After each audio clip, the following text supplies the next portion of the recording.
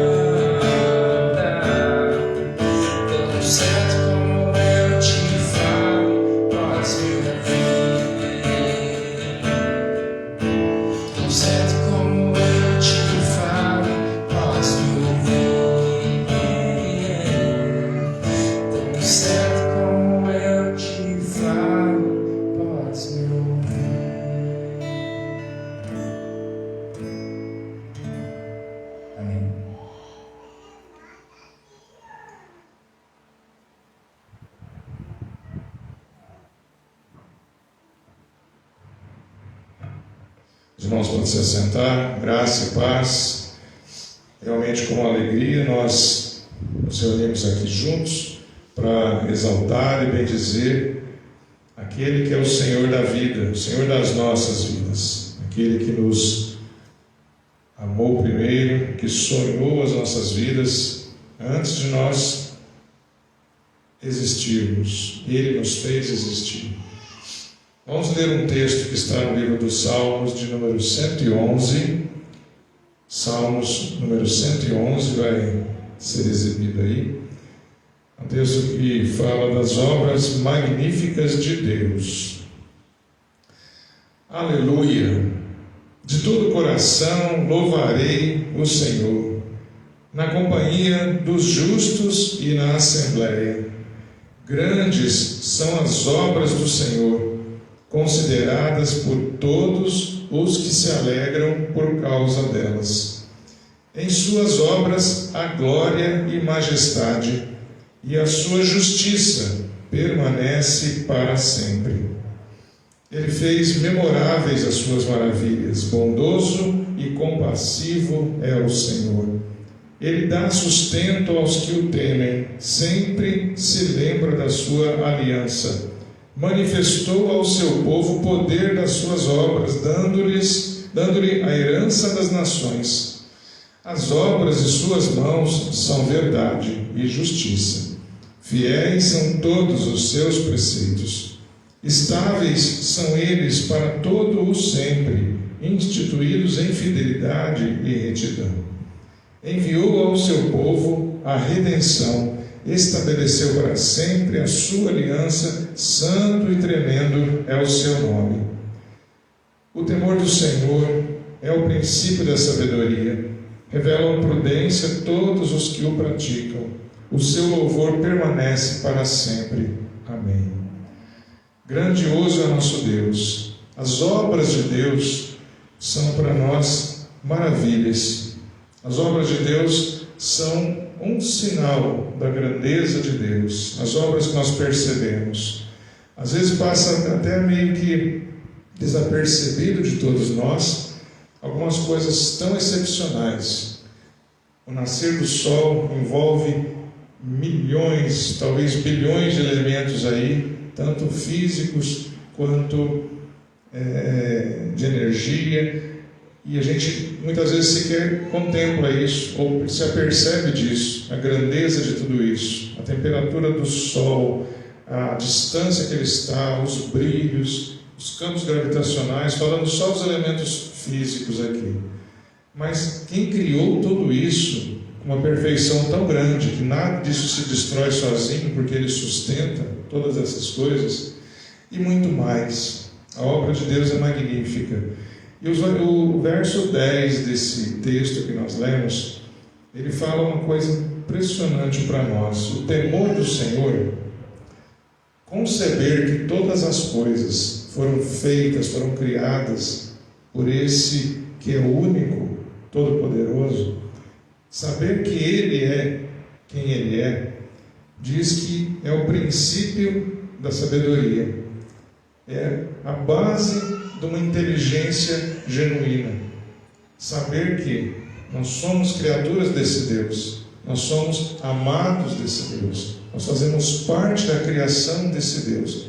Se encaixar nesse quadro, nessa obra de Deus, saber que faz parte dele. O texto diz que isso já é o princípio, é a base da sabedoria, do verdadeiro conhecimento, da verdadeira inteligência. É saber realmente usar o que Deus já nos deu para raciocinar. Quando o homem muitas vezes não pensa em Deus, não concebe Deus como Criador de todas as coisas e age apenas como humano, pensando que é capaz de resolver a sua própria vida, de dominar e controlar as situações, e o homem se afasta desse entendimento de que Deus é o Senhor de todas as coisas, ele começa a se afastar também da sabedoria, começa a se afastar da lógica divina que é entregue para nós. Realmente, apreciar a obra de Deus é nos ver também como parte dela e incompletos. Nós precisamos, para fazer parte da obra de Deus, onde nós estamos, estar junto de Deus, estar ligados a Deus. Isso completa o nosso estágio, isso completa a nossa participação nessa obra. E quando nós nos vemos assim, diante de Deus, nós vemos que nós somos muito pequenos. Com Ele nós temos tudo, mas nós somos muito pequenos, nós precisamos dele para ser alguma coisa. Sem Ele nós não somos nada. Realmente reconhecer que Deus é Deus é a base para nós termos um entendimento de vida, de quem nós somos, para que nós existimos, por que nós existimos. O louvor de Deus permanece para sempre. Ser grato e exaltar a Deus, isso independente da fé de um ou de outro, independente de alguém crer ou não crer. Deus é Deus e continua sendo merecedor de todo o louvor, permanece para sempre o louvor a Deus.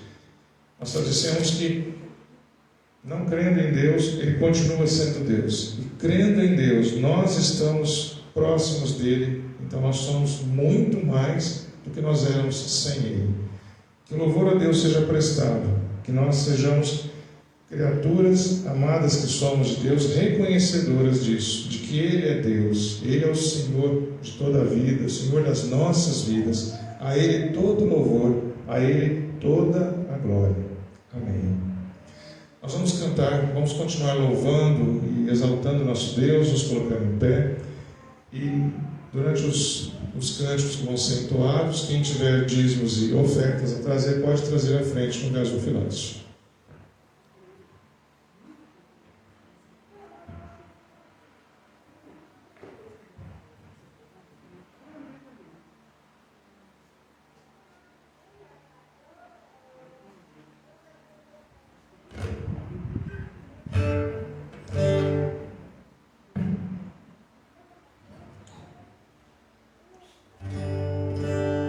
Vamos continuar exaltando a Deus, dizendo que nós buscamos a presença dEle.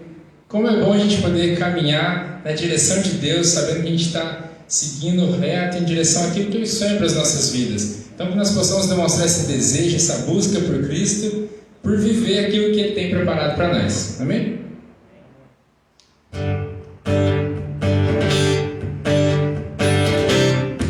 Vamos com palmas?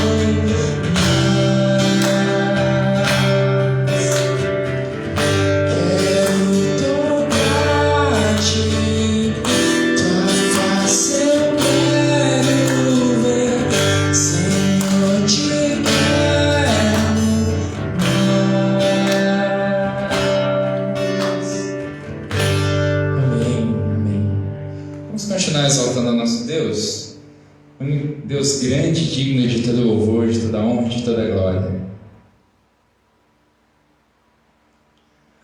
Com a Baby ali demora um pouquinho mais.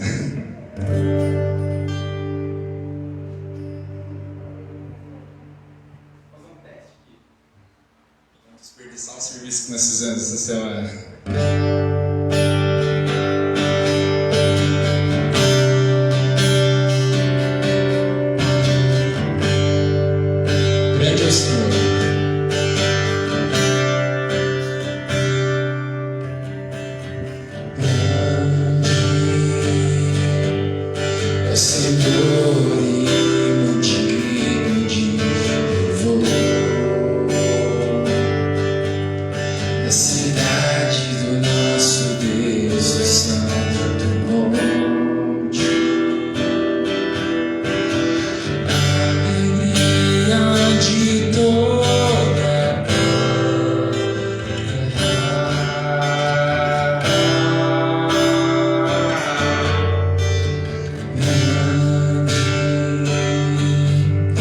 Senhor em quem nós temos a vitória, e que nos ajuda contra o inimigo. Por isso diante dele nos prostramos.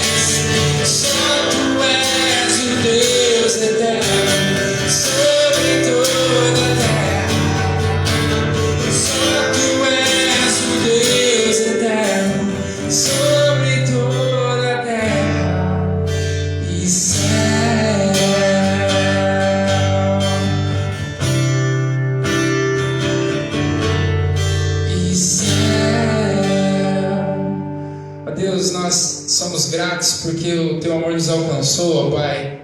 Somos gratos por poder viver uma experiência contigo, com o Deus Criador de todas as coisas.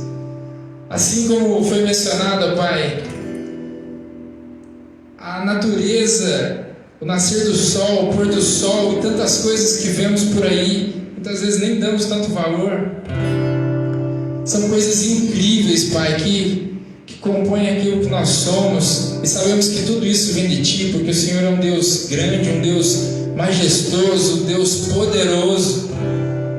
Receba, Pai, nosso louvor, receba, Pai, a nossa gratidão. Somos gratos a Ti por tudo que o Senhor já nos tem feito.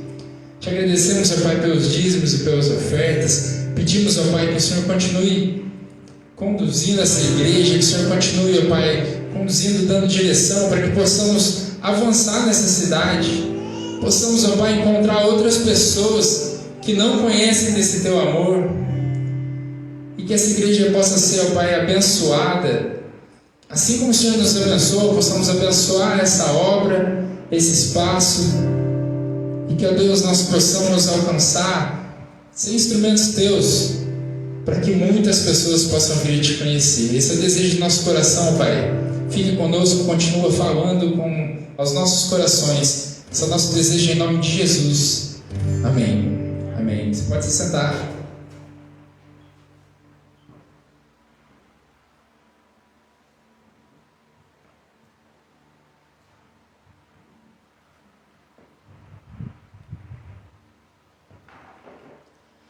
Amém. Louvado, bendito seja o nome do nosso Deus. Meu irmão, nós podemos cantar e bendizer, não é? É um momento importante para a vida de cada um de nós. Nós temos essa liberdade de estarmos vindo na casa de Deus e podermos parar tudo que nós estamos fazendo, nossos afazeres, nosso lazer, nosso descanso, nosso trabalho, e em face de tudo isso, dizer: agora eu vou dedicar ao Senhor esse tempo. Isso é uma coisa boa. Há países no mundo que nós sabemos isso não é permitido. Há países no mundo que existe perseguição àqueles que disserem essas coisas. Há lugares no nosso mundo em que, mesmo que não haja uma proibição por questão de perseguição clara, assim, mas veladamente existe perseguição, existe preconceito, existe muita luta para que os cristãos possam se manifestar e expor a sua adoração a Deus. Não estamos dizendo nem o aspecto da evangelização, que é pregar, que é levar a palavra para outras pessoas, mas apenas expressar que é cristão já é sinal de perseguição em muitos lugares, e um sinal muitas vezes que leva à morte dessas pessoas. Isso já aconteceu pouco depois de Jesus, quando a igreja começou a expandir e começou a crescendo, ser perseguida pelo Império Romano, pelos judeus, pelos fariseus, a religião predominante na época, e as pessoas tinham que defender a sua fé, tinham que afirmar a sua fé, e se elas dissessem o contrário, a sua fé, seriam poupadas. Mas seria um vexame para o Evangelho, seria um vexame para aqueles que se declaram transformados por Cristo Jesus. E eles não recusaram, não recuaram.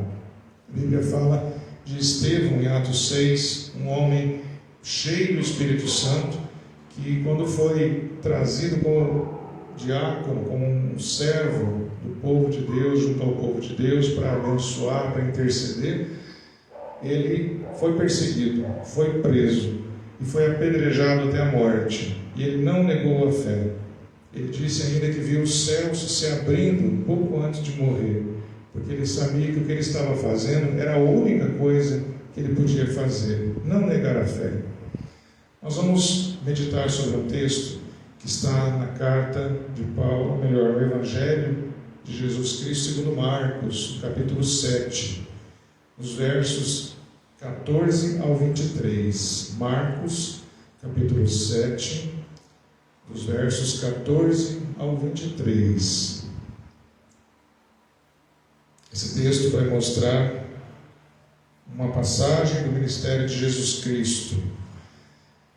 Diz assim o texto: e convocando outra vez a multidão, Jesus disse: escutem todos e entendam. Não existe nada fora da pessoa que, entrando nela, possa contaminá-la. Mas o que sai da pessoa é o que a contamina. Se alguém tem ouvidos para ouvir, ouça. Quando entrou em casa, deixando a multidão, os seus discípulos o interrogaram a respeito da parábola. Jesus lhes disse: então vocês também não entendem? Não compreendem que tudo o que está fora da pessoa, entrando nela, não a pode contaminar? Porque não entra no coração dela, mas no estômago, e depois é eliminado. E assim Jesus considerou puros todos os alimentos e dizia: o que sai da pessoa, isso é o que a contamina. Porque de dentro do coração das pessoas é que procedem os maus pensamentos, as imoralidades sexuais, os furtos, os homicídios, os adultérios, a avareza, as maldades, o engano, a libertinagem, a inveja, a blasfêmia, o orgulho, a falta de juízo. Todos estes males vêm de dentro e contaminam a pessoa. Vamos orar. Senhor, lendo a Tua palavra agora, precisamos, ó Senhor, que Teu Espírito Santo traga luz à nossa mente, ao nosso coração, para que nosso entendimento dela venha nos alimentar com a verdade do Senhor, aquilo que o Senhor tem para cada um de nós hoje preparado.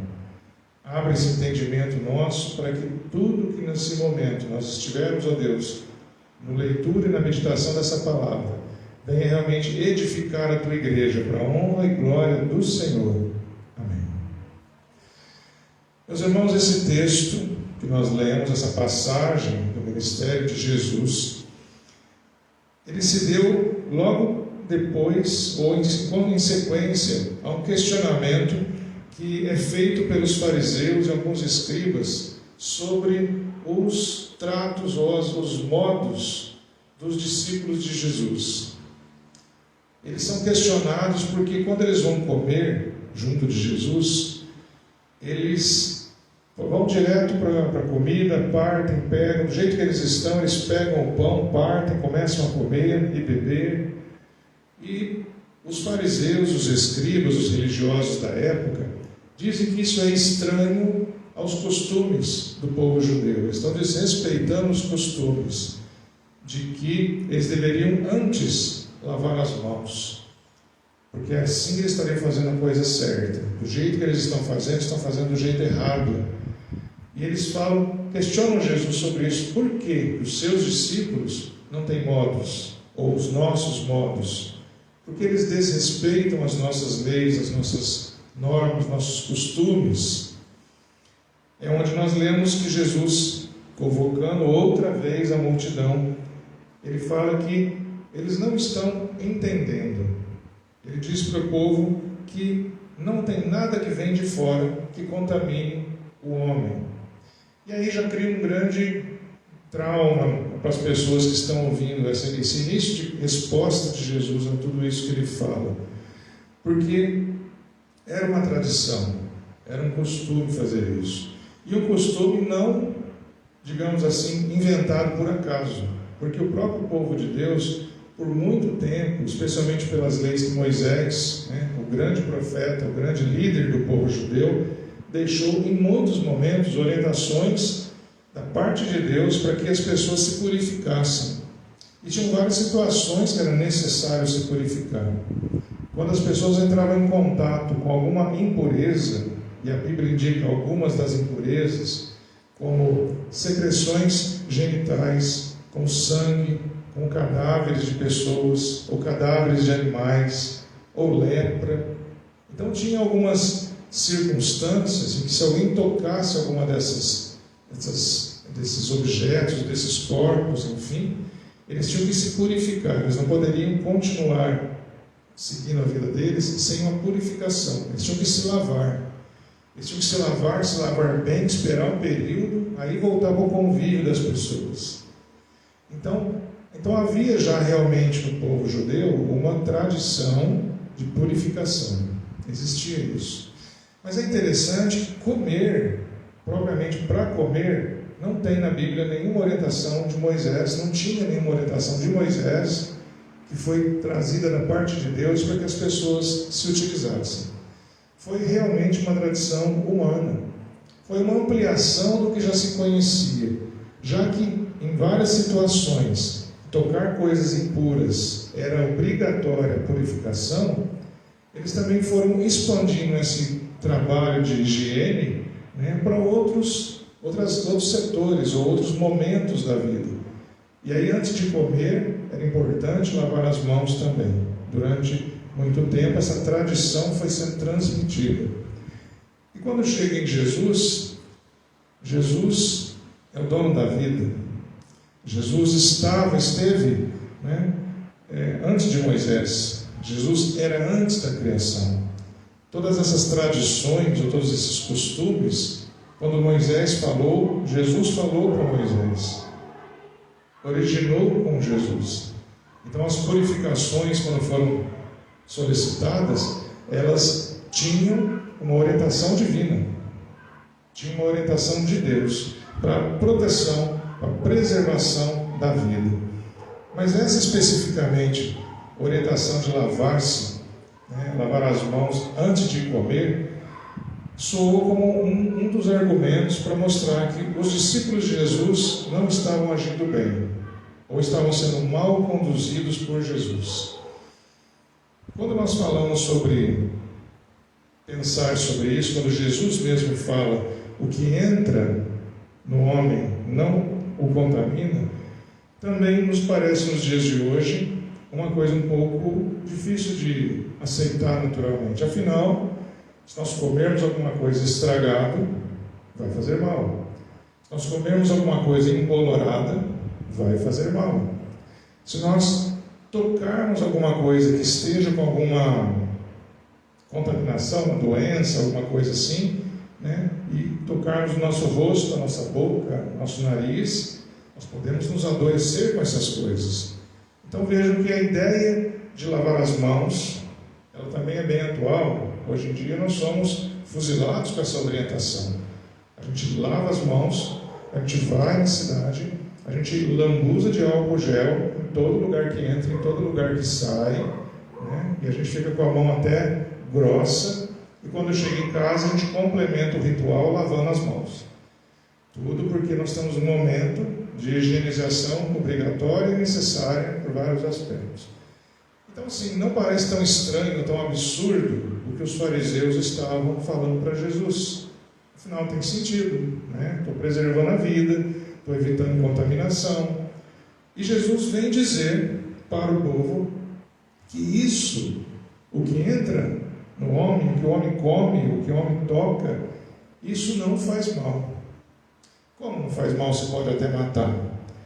E é justamente isso, porque a nossa vida aqui, ela é finita, ela é temporal, ela tem um início e vai ter um fim. E Jesus, que é o dono da vida, sabe disso. Isso para ele não é estranho, isso para ele não é uma surpresa. Vai ter um início, teve um início e vai ter um fim. Seja por doença ou não, por contaminação ou não, vai ter um fim. Isso para Jesus não é estranho. Ou seja, essa eventual contaminação está no plano de Deus, não é uma coisa, uma surpresa, não é uma coisa que está fora, que Deus não tinha pensado que poderia acontecer. Na verdade, Jesus está dizendo que isso não é a mais importante. A gente olha para os dois lados da rua quando a gente vai atravessar. A gente quer preservar a vida porque a gente tem interesses a serem atingidos. Um deles é chegar do outro lado da rua para fazer alguma coisa. A gente olha para os dois lados. A gente se preserva. A gente lava as mãos para se manter higienizado. A gente toma banho. A gente faz uma série de coisas para o nosso bem, para a nossa preservação. Mas Jesus está dizendo que, apesar de fazermos tudo isso, não é a coisa mais importante. Porque Ele é quem cuida de nós verdadeiramente. Mesmo fazendo essas coisas, nós não estamos livres da morte. Mesmo vacinando, mesmo lavando as mãos, mesmo olhando para os dois lados da rua, o evento morte pode acontecer a qualquer instante, em qualquer idade, em qualquer fase da nossa vida, porque Deus tem o controle sobre isso. Então Ele está dizendo, não sofram por isso, façam o que tem que ser feito. Mas Ele está dizendo, não é isso que contamina o homem, não é isso que prejudica o homem. Ele fala que quando as coisas que nós comemos vêm para o nosso corpo, ele diz que entra e sai. É uma coisa normal, natural. E esse processo do entra e sai tem também o processo de diabetes, tem o processo de triglicérides, tem todo esse processo. O que a gente come pode contaminar a gente de várias formas, né? A palavra fala que não chega ao coração, mas a gordura chega, né? Se a gente comer, a gordura chega ao coração. Tem entope às vezes, faz safena, e às vezes não dá tempo de fazer safena. Jesus está dizendo, não ignorando nada disso, isso está na vida, faz parte da vida, mas não é a coisa mais importante. Jesus inclusive fala aqui uma coisa que Pedro, estando presente naquele dia, ouvindo isso quando Jesus fala claramente com eles, Pedro não presta atenção no que Jesus está dizendo. No verso 19, Jesus considerou puros todos os alimentos, porque tinha que se lavar as mãos diante de coisas impuras. Jesus falou que pode comer de tudo, porque não vai fazer mal, não é o pior. Então, se pode comer, não é impuro. Jesus considerou puro todos os alimentos.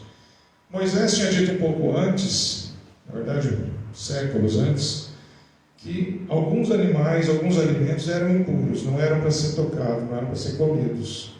Naquele momento, no deserto, no calor, no sol escaldante, quase como de São João da Boa Vista, Jesus disse, para preservar a saúde, Deus mandou Moisés declarar para o povo, evitem carnes gordurosas, indicou quais os animais não deveriam ser comidos. Seria impuro fazer isso. Então, a declaração para aquele momento era isso. Eu falo que Pedro estava lá e ouviu, porque um pouco depois da morte de Jesus e ressurreição, Pedro ainda considera impuros alguns animais. E Deus tem que falar com ele novamente para mostrar para ele que Deus abençoa, o que Deus abençoa não é impuro, é puro, purificado está.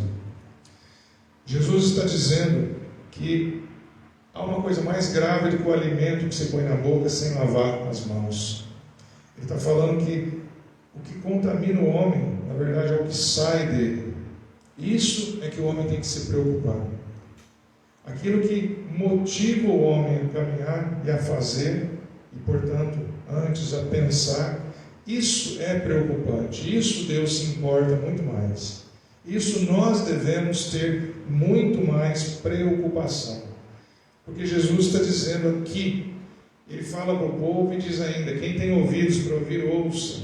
Mas os discípulos que estão junto com ele, ele falando para a multidão, os discípulos que estão junto com eles, vai depois apartados, separados só com Jesus, ainda vão perguntar, Senhor, mestre, o que o Senhor quis dizer com tudo isso? Nós não entendemos. Eles não tinham ouvidos para ouvir ainda. E esse ouvido para ouvir, nós sabemos que quem nos faz ouvir a palavra de Deus, para entender a palavra de Deus, é o Espírito Santo.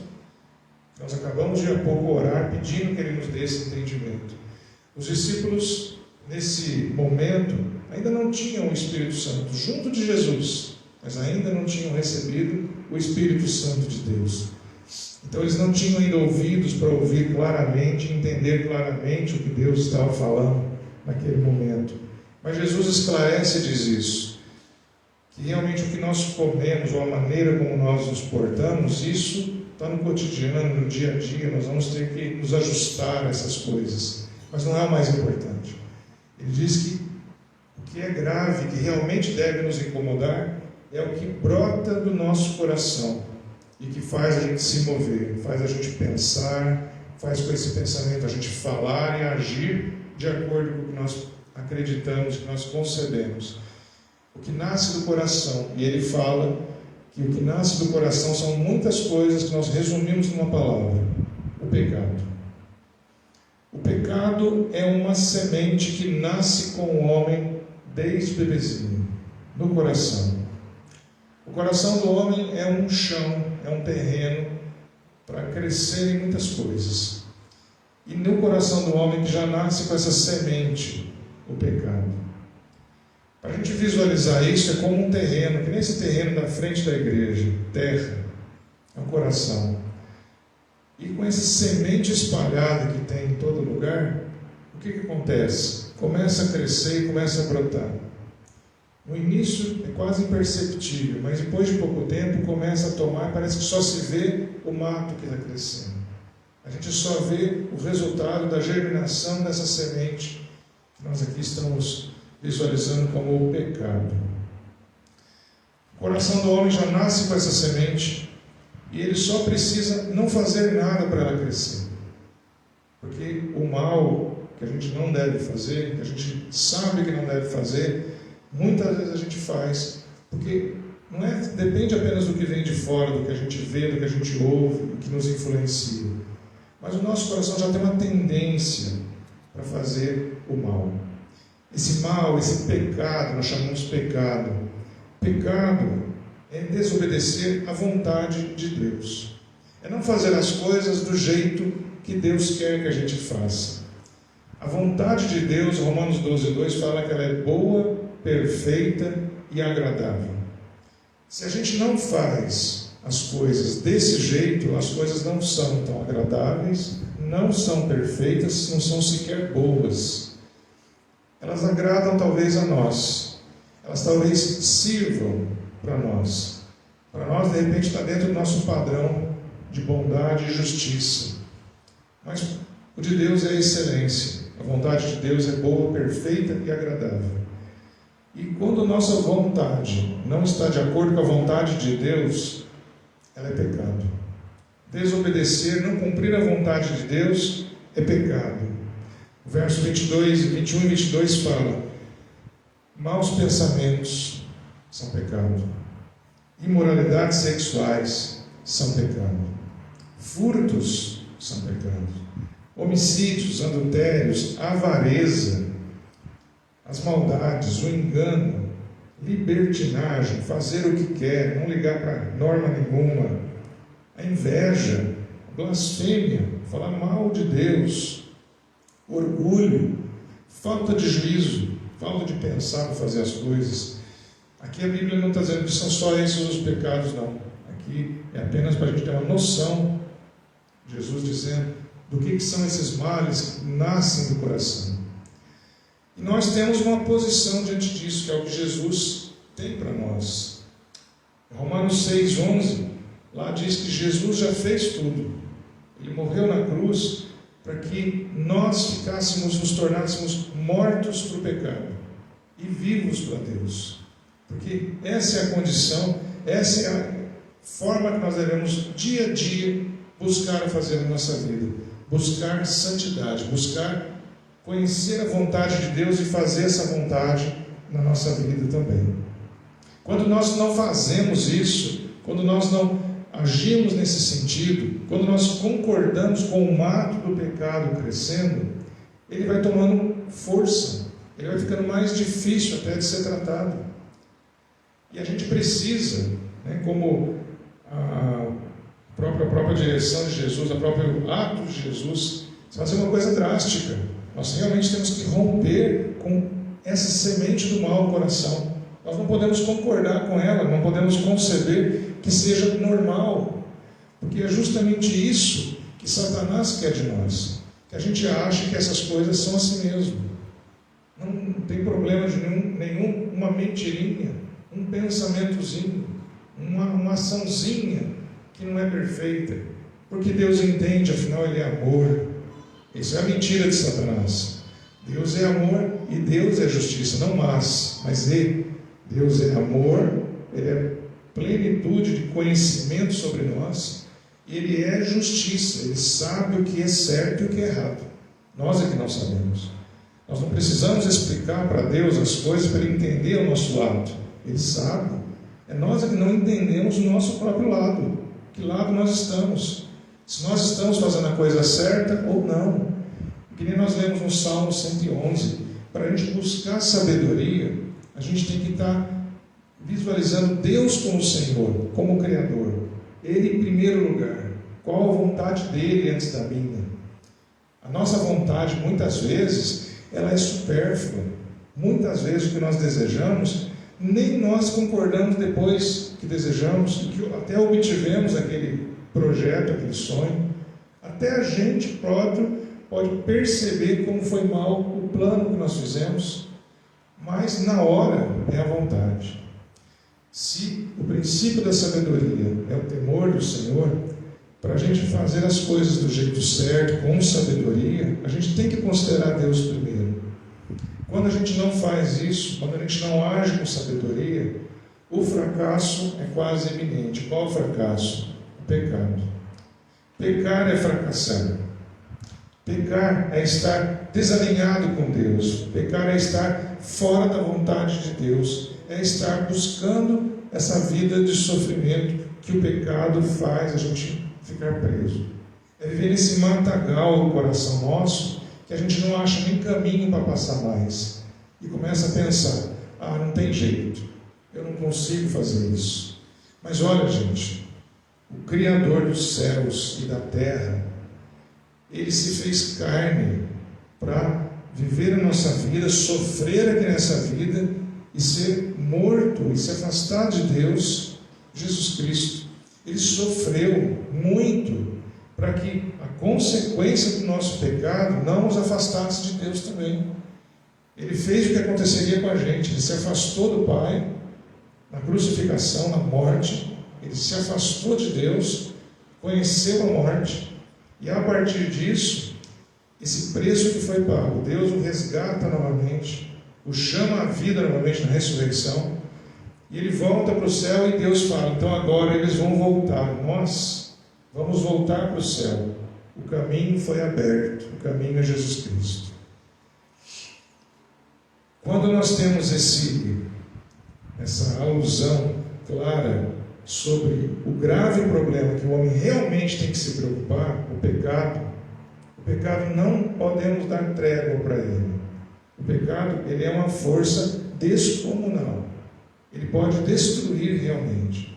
Ele pode, quando ele brota no coração, ele vai para a mente, para o cérebro, e faz pensamentos ali, e isso viram ações, viram palavras, e pode inclusive comprometer a vida de outras pessoas. Não basta a minha, que se contamina com isso, que se enfraquece com isso, que se afasta de Deus por causa disso. Mas eu posso levar outras pessoas a começarem também a adorar o pecado, a concordar com o pecado, a dizer que o mais importante é lavar as mãos antes de comer, que isso é essencial. E não, o essencial, Jesus está dizendo, é tomar cuidado com o que brota do coração. Isso é muito mais grave. Cuidando do coração, cuidando da luta contínua contra o pecado, roçando esse terreno constantemente, jogando veneno para matar as raízes que existem lá, todos os dias, semanalmente. Assim que lembrar, voltar a fazer isso, a gente continua mantendo o nosso terreno limpo, nosso coração com espaço para crescerem coisas boas. Tem a parábola do semeador, que ela justamente se contrapõe aqui sobre o pecado e sobre a palavra de Deus, sobre o solo onde nasce o que é bom e nasce o que é ruim. O solo é o nosso coração, tanto naquela parábola quanto nesse momento que Jesus fala. Já existe o joio plantado, já existe o pecado plantado, mas vem a palavra e traz as virtudes da salvação da vida eterna, as virtudes de Deus, nesse mesmo terreno. E vão crescendo coisas. Na parábola do joio e do trigo, existe esse dilema entre os empregados e o dono da terra. Ele semeou semente boa, mas veio um inimigo dele, Satanás, e semeou joio no meio das plantas boas. E começaram a crescer trigo e joio. Quando os empregados viram isso, foram correndo para o patrão para dizer, vamos resolver isso, vamos cortar o joio é ruim, a gente não precisa disso, isso atrapalha. O patrão, que é Deus na parábola, ele diz, não precisa fazer isso, nós não podemos correr o risco de cortar o trigo junto, deixa crescer junto, porque no final, um vai ficar muito diferente do outro, vai ser fácil de separar. Aos olhos humanos talvez não seja tão fácil, mas para Deus não teria dificuldade nenhuma, Ele sabe quem é joio e sabe o que é trigo. No nosso coração também, as ações boas, as virtudes, são as ações fruto do Espírito Santo que Deus coloca em nós. E as ações ruins, todas essas qualidades, as ações negativas que Jesus fala aqui, são fruto do pecado, da semente ruim. Nosso trabalho constante é estar sempre limpando esse terreno para que só as plantas boas fiquem. A gente não quer que elas comecem a ser sufocadas pelo mato do pecado. sufocadas por a força que tem essa raiz do mal que existe no nosso coração humano, físico, terreno, que Deus nos deu. Aqui é um período, uma fase, a gente sozinho não conseguiria fazer isso. O natural do homem é esse mal do coração brotar frutíferamente, dar muitos frutos do mal. Isso é o normal, isso é o homem natural. Toda criatura humana tem isso. Mas os filhos de Deus, os chamados de Deus, aqueles que ouvem a voz de Deus e têm as suas vidas transformadas, têm o Espírito Santo dentro desse coração. O coração não está desabitado mais. E agora o que acontece? É Ele quem nos fala para nós, é Ele quem nos fortalece, é Ele quem nos direciona. Quando nós pedimos a sabedoria de Deus, quem fala para nós as palavras de Deus é o Espírito Santo. Então nós temos o elemento suficiente na nossa vida, que é o próprio Deus. Por isso que Deus é perfeito, não se compara. A nossa lógica humana não alcança o que Deus faz. Porque veja, nós não conseguiríamos nos livrar do pecado mesmo.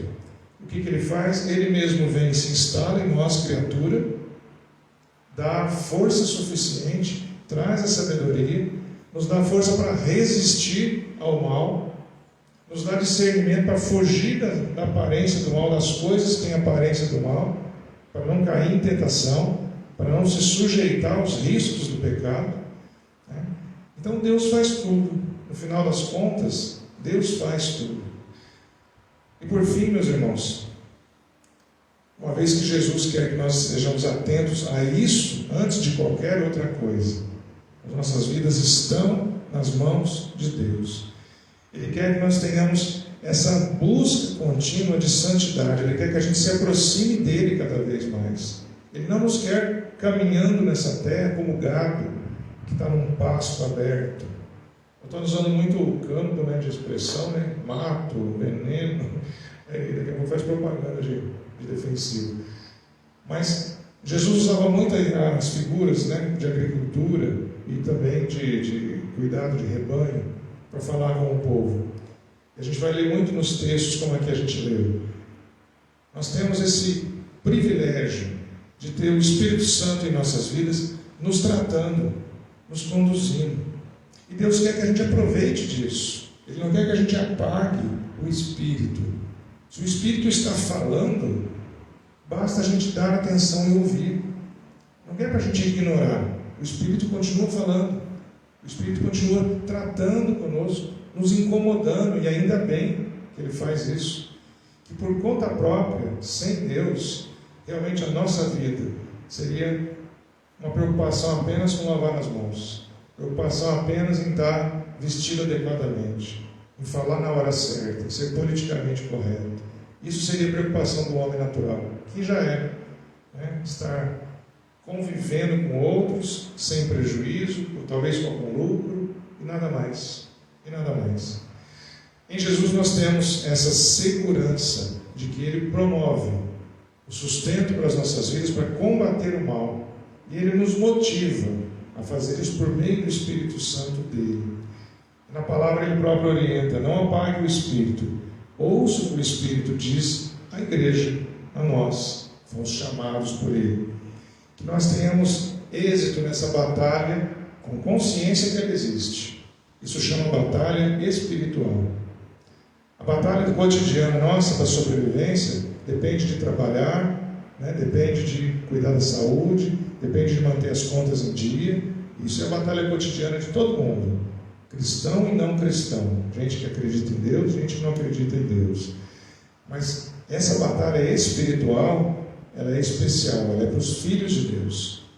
Os filhos de Deus têm uma batalha extra, além da dos outros. Eles não têm uma vida menos grave do que a dos outros. Eles, além de tudo que todo mundo passa, doença, questão financeira, questão de trabalho, questão emocional, relacionamento, também luta contra o pecado. E tem um aliado especial, perfeito, que é o Espírito Santo na própria vida.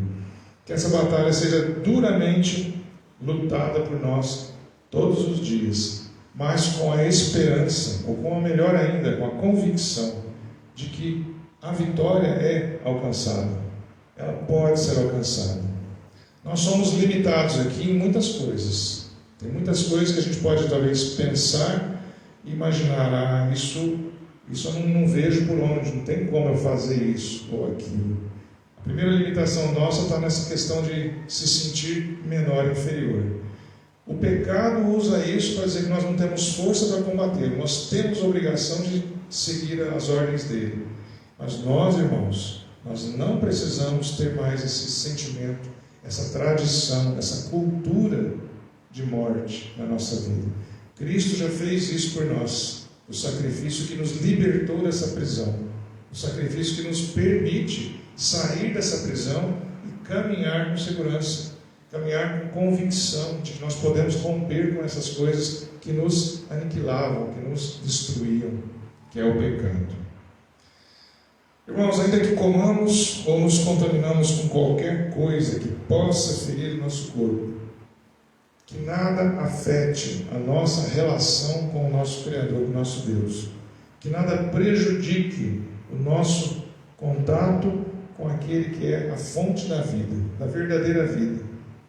Jesus fala que quem quiser segui-lo verdadeiramente vai acabar perdendo a vida, mas quem quiser preservar a vida, se entender que lavar as mãos é o suficiente, seguir as regras é o suficiente, ele fala que quem fizer só isso vai perder a vida, não vai ter vantagem nisso, vai só se manter vivo nessa terra por algum tempo, mas o que importa é o que vai acontecer depois disso e enquanto isso.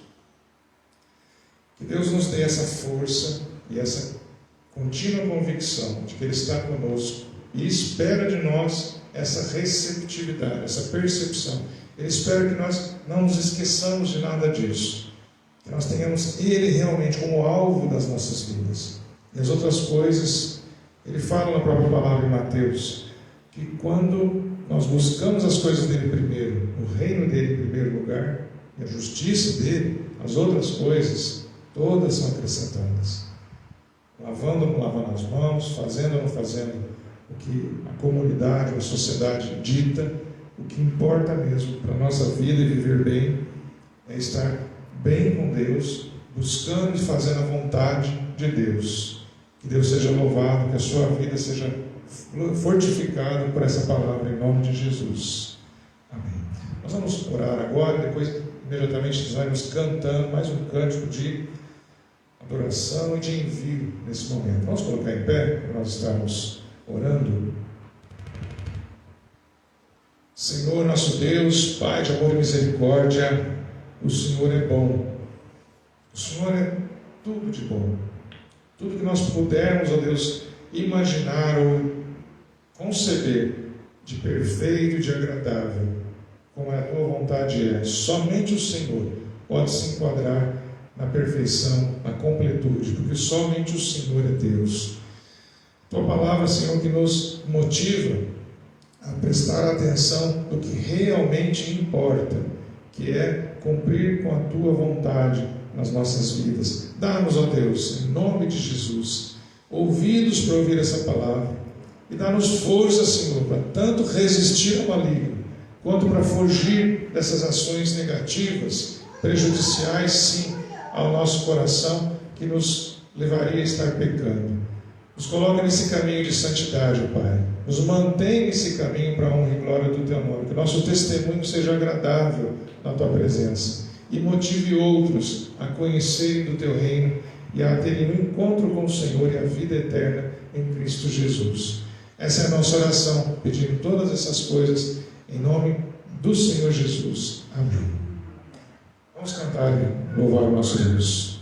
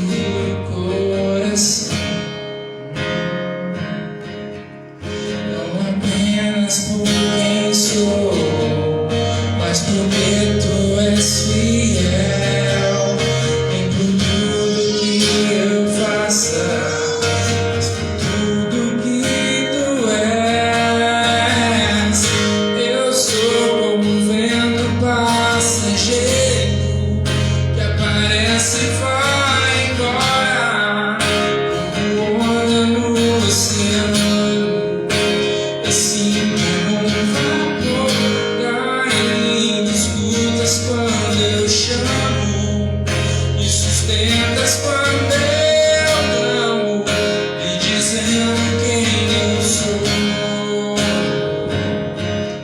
Eu sou teu.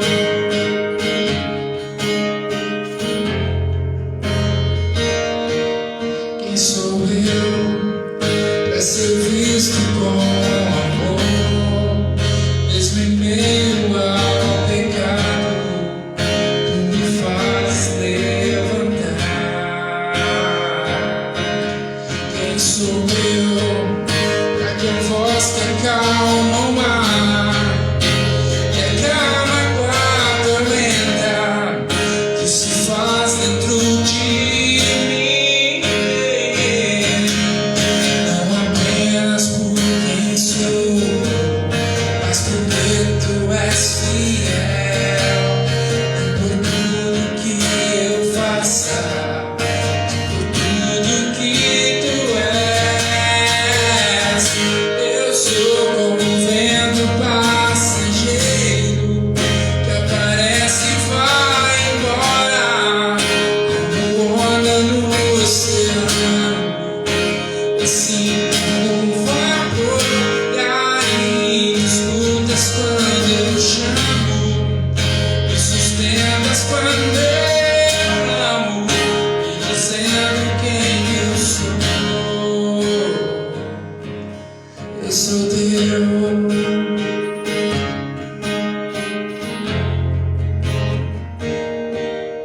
Eu sou teu.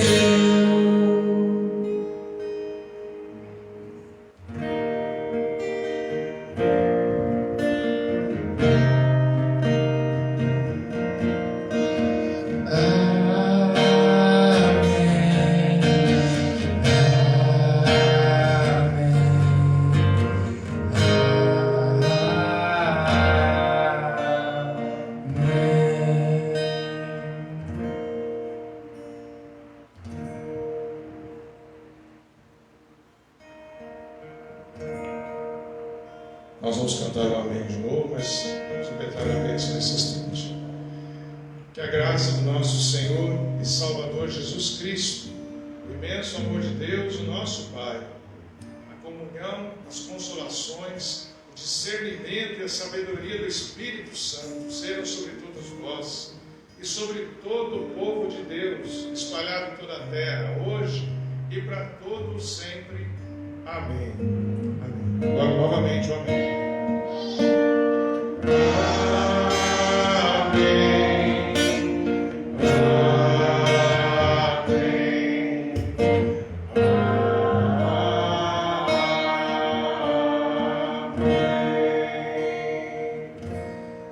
Uma boa semana, que Deus abençoe a cada um que esteve conosco aqui. Que Deus abençoe a sua vida, a sua família, em nome de Jesus. Amém.